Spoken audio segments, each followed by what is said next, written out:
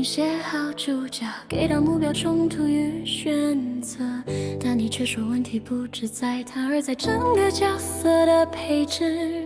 为什么配角也要被设计？反派不只是阻碍而已，在编剧理论里，角色之间到底在运作什么关系 John Truby 在女主角的奋斗史21个角色系统的道德辩论场，每个角色都代表一种价值观，一种解决问题的方式。主角的道德弱点必须在他人身上被放大，被对照。所谓道德弱点，不是个性缺陷，而是角色面对他人时反复伤害关系的行为模式。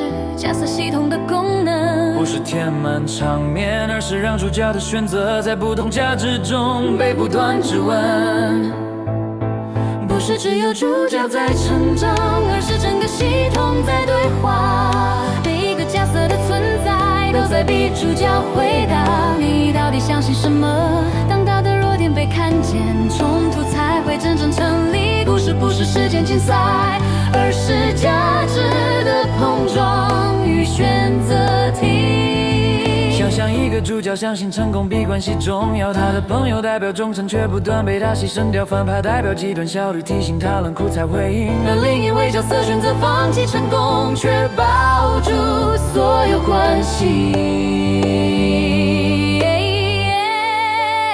这不是角色重复，而是价值光谱。主角的道德弱点在每个人身上被映照得清清楚。错而谁不是谁对谁错，而是选择的后果。当主角伤害越来越多人，道德代价就无法再忽略。